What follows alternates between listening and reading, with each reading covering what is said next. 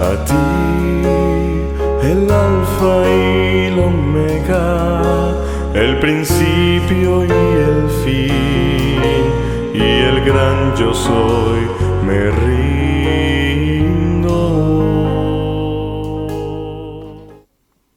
Bienvenidos al estudio de la Palabra de Dios.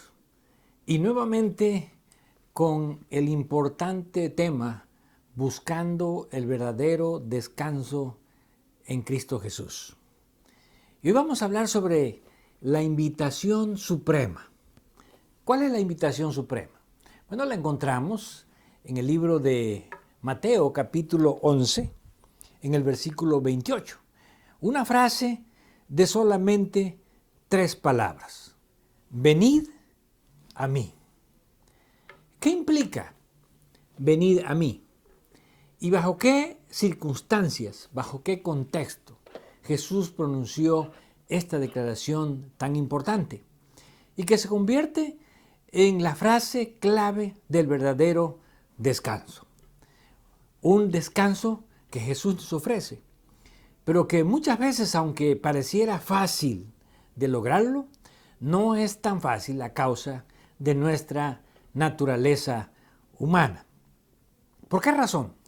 Porque cuando Jesús pronunció estas palabras, Jesús lo da en un determinado contexto, que tiene que ver con cuán difícil es la generación, cuán difícil era la generación a la que Jesús se estaba dirigiendo, a la que Jesús se estaba hablando. Por eso Él comienza en el versículo 16 del capítulo 11 de Mateo con la siguiente pregunta. ¿Mas a qué compararé esta generación? ¿Cómo era la generación de Jesús? La gente que vivía en el tiempo de Jesús. ¿Será que la generación en que nosotros vivimos es distinta? ¿Es diferente? ¿Cuál generación era más susceptible al llamado de Jesús? ¿Cuál generación tenía la mente más abierta al llamado de Jesús? Pues vamos a encontrar que, hablando de las generaciones en las Escrituras, esta a la cual Jesús se refiere, que es la generación de su tiempo, la gente que vivía en el pueblo de Israel en el tiempo de Jesús, indudablemente que Jesús la considera o la clasifica como más rebelde, como más difícil y como más incrédulas que algunas generaciones pasadas que eran recordadas como malas generaciones. Entre ellas encontramos a los habitantes de las ciudades de la llanura, de Sodoma, de Gomorra, de Adma, de Seboim y de Bela, ciudades que fueron destruidas. Pero cuando Jesús las compara con la gente de su tiempo, Jesús dice, ellos se quedaron cortos.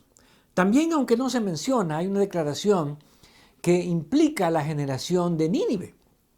Sabemos que los habitantes de Nínive, los asirios, eran sumamente crueles y despiadados con las personas que conquistaban. Pero aún así, encontramos que estas generaciones a las cuales Jesús se refiere, y entre ellas encontramos específicamente la generación de Nínive, que abrió su corazón, abrió su mente al mensaje de Dios, a la reprensión de Dios, y se arrepintieron realmente de corazón. Pero ¿cómo describe Jesús a la generación de su tiempo? Él dice, es semejante a los muchachos que se sientan en las plazas y dan voces a sus compañeros. Jesús utiliza una anécdota que tiene que ver con los muchachos que están en las plazas, que probablemente están ociosos y que empiezan a dialogar entre ellos sobre cuán difícil se vuelven estos jóvenes o estas personas cuando no desean reconocer, cuando no desean aceptar la forma en que Dios se dirige a ellos. Y entonces Jesús declara, los muchachos dicen, os tocamos flauta y no bailasteis, os endechamos y no lamentasteis. ¿Qué quería decir Jesús con estas palabras? Bueno, Jesús se refiere a esta generación de su tiempo como a una generación donde es difícil de encontrarle el modo para que puedan atender. Y por eso los jóvenes gritaban a otros jóvenes. Nosotros les pusimos música para que bailaran y no bailaron. Y les pusimos endechas, que eran los cantos que se cantaban durante los servicios funerarios, y tampoco lloraste. Entonces, ¿qué es lo que quieren? ¿Cuál es el modo de ustedes? ¿Cómo se les puede encontrar el modo? Ahora, podemos decir que de una manera sencilla Jesús está diciendo, es difícil para Dios encontrarle el modo a esta generación. ¿Por qué? Porque Dios procura de una forma y sin embargo no responde. Y Dios procura de otra forma y tampoco responde. Y Jesús se refiere específicamente a dos personajes. Y en primer lugar dice, porque vino Juan, que ni comía ni bebía. Y dicen, demonio tiene. Juan el Bautista era un mensajero de Dios, que vivía en el desierto, que llevaba una vida austera y que estaba apartado de la sociedad, pero que de vez en cuando descendía para predicar el mensaje de Dios. Sin embargo, algunas personas veían a Juan como un hombre endemoniado. Está fuera de la sociedad, no conoce la sociedad y viene a tratar de reprender a la sociedad. Sin embargo, ahora Jesús se muestra a sí mismo también como un mensajero de Dios y dice, vino el Hijo del Hombre que come y bebe, y dicen, he aquí un hombre comilón y bebedor de vino, amigo de publicanos y de pecadores. Pero la sabiduría es justificada por sus hijos. Ahora Jesús se presenta a sí mismo. Bueno, yo soy diferente a Juan. Juan era un hombre apartado de la sociedad. Ahora yo vengo y me mezclo en la sociedad. Y cuando me mezclo trato de alcanzar a todas las personas de todas las clases sociales. No hago diferencia entre ricos y pobres. No hago diferencia entre aquellos que creen que son justos y aquellos a quienes son considerados pecadores. Y entonces la gente de este tiempo tampoco quiere atender de esa manera. ¿Por qué? Porque dicen, este es un comilón y bebedor de vino, amigo de publicanos y de pecadores. En otras palabras, algunas veces para Dios es difícil encontrarle el modo a las personas para que puedan escuchar, para que puedan atender y para que puedan aceptar. Y Jesús dice, así es la generación de este tiempo. Y entonces Jesús pasa ahora a presentar una comparación entre la generación de su tiempo y otras generaciones del tiempo pasado. Igualmente, algunos pueblos de su tiempo.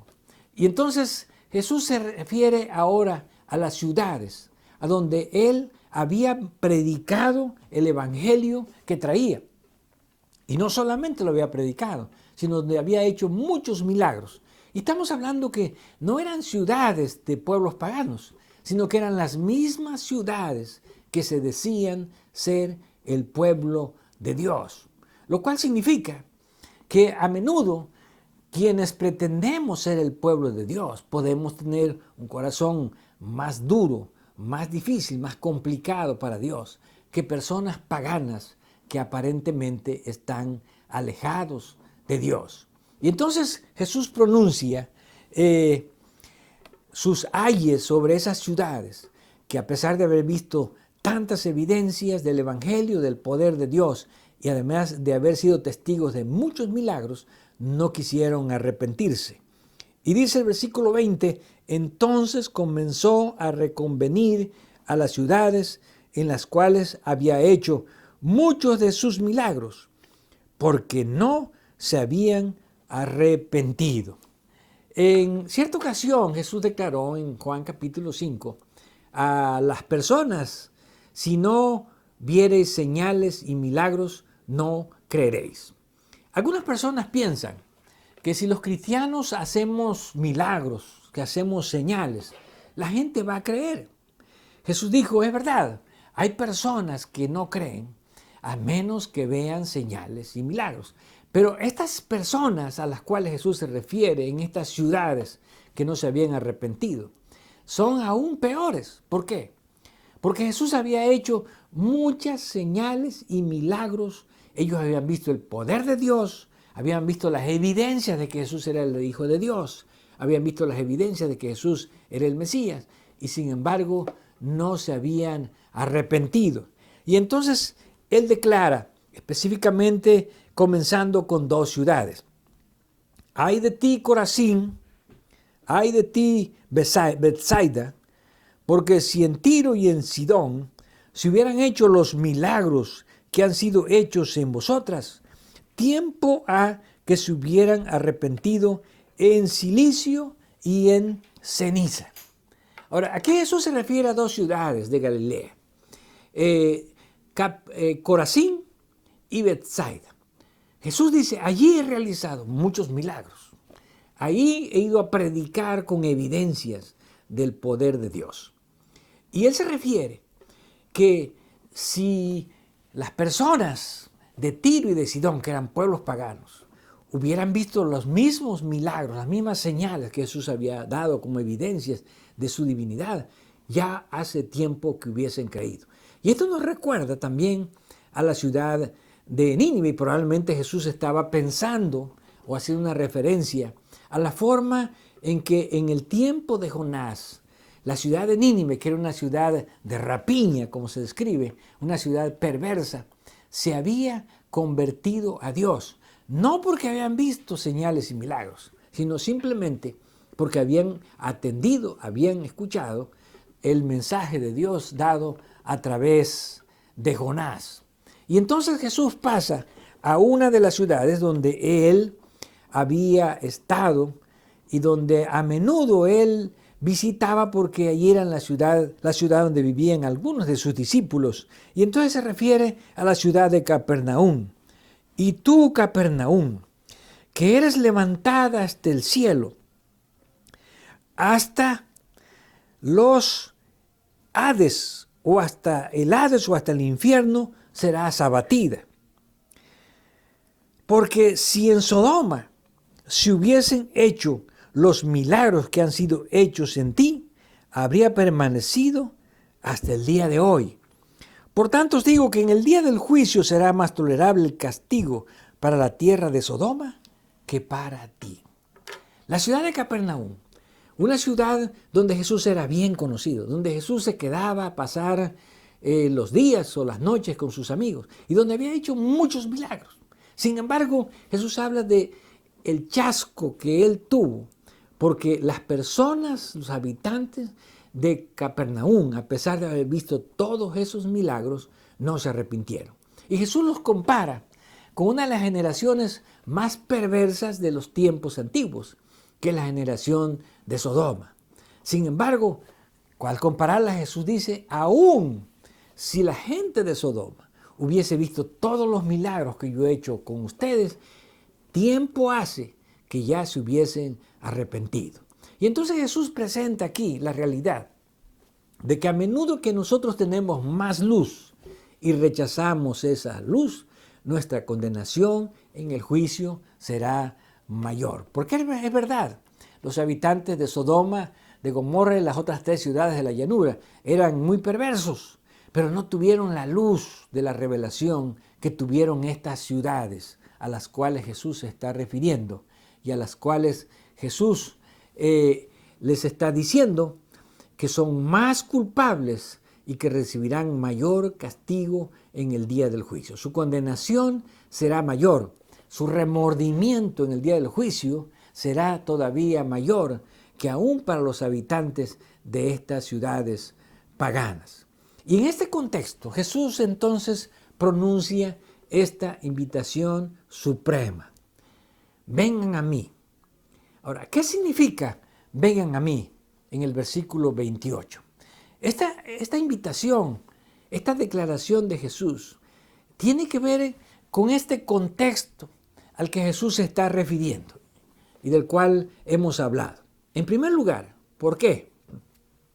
Porque la generación de Jesús, aunque Él les estaba extendiendo las manos y le estaba diciendo, vengan a mí, era una generación difícil, complicada, que a pesar de que Jesús le buscó varias formas para que pudieran arrepentirse y atender el mensaje de Dios, no les pudo encontrar el modo. Ahora, es difícil pensar que Jesús, siendo un predicador tan elocuente, siendo un predicador tan convincente, y no solamente convincente por sus palabras, sino por sus hechos, habiendo realizado tantas señales y milagros en estas ciudades, no pude encontrar el modo de que estas personas vinieran a Él. ¿Por qué? Porque venir a mí significa ceder, cedernos a Jesús. Ahora, ceder significa que yo tengo que dejar mi propia forma de querer hacer las cosas y aceptar la forma de Dios y aceptar la forma de Jesús. Y esto es lo difícil. ¿Por qué?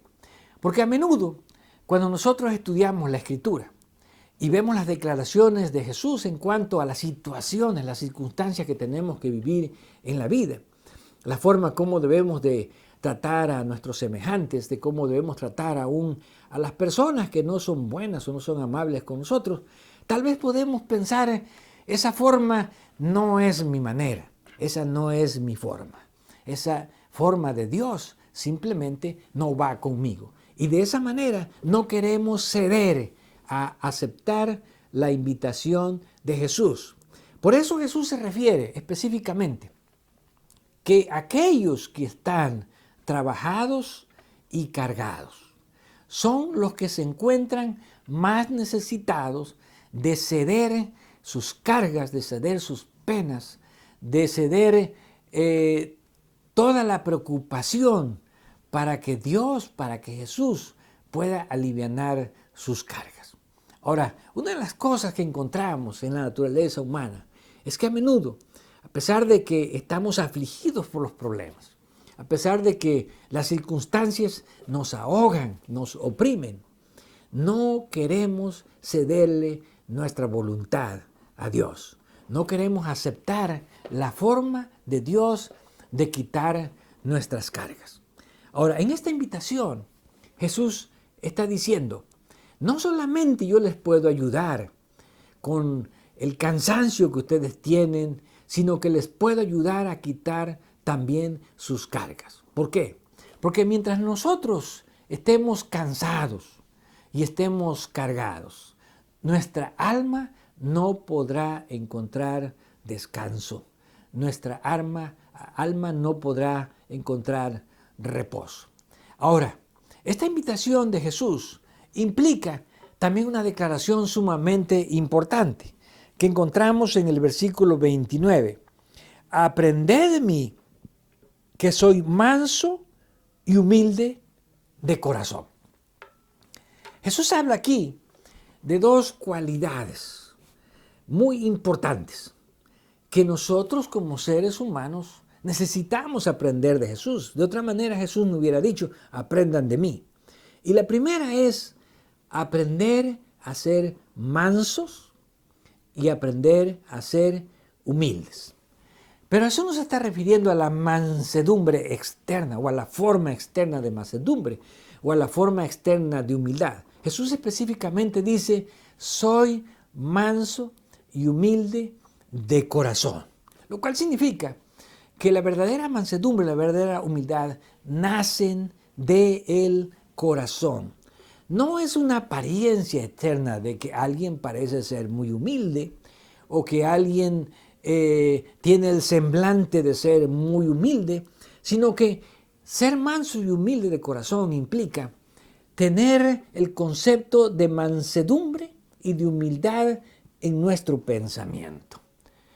Tener y aceptar que nuestro corazón o nuestro pensamiento tiene que seguir el ejemplo de la humildad y la mansedumbre de Jesús. Ahora encontramos, cuando hablamos de mansedumbre y cuando hablamos de humildad, podemos decir que a uno de los ejemplos que sobresalen más en toda la Escritura y probablemente el que sobresale aún más, que es el ejemplo de un hombre de quien se dice que era el más manso de la tierra. Y lo encontramos allí en el libro de Números, capítulo 12, versículo 3, donde encontramos la siguiente declaración. Y aquel varón Moisés era muy manso, más que todos los hombres que había sobre la tierra. ¿Por qué se dice de Moisés esta declaración que era muy manso o muy humilde, más que todos los hombres que hay sobre la tierra?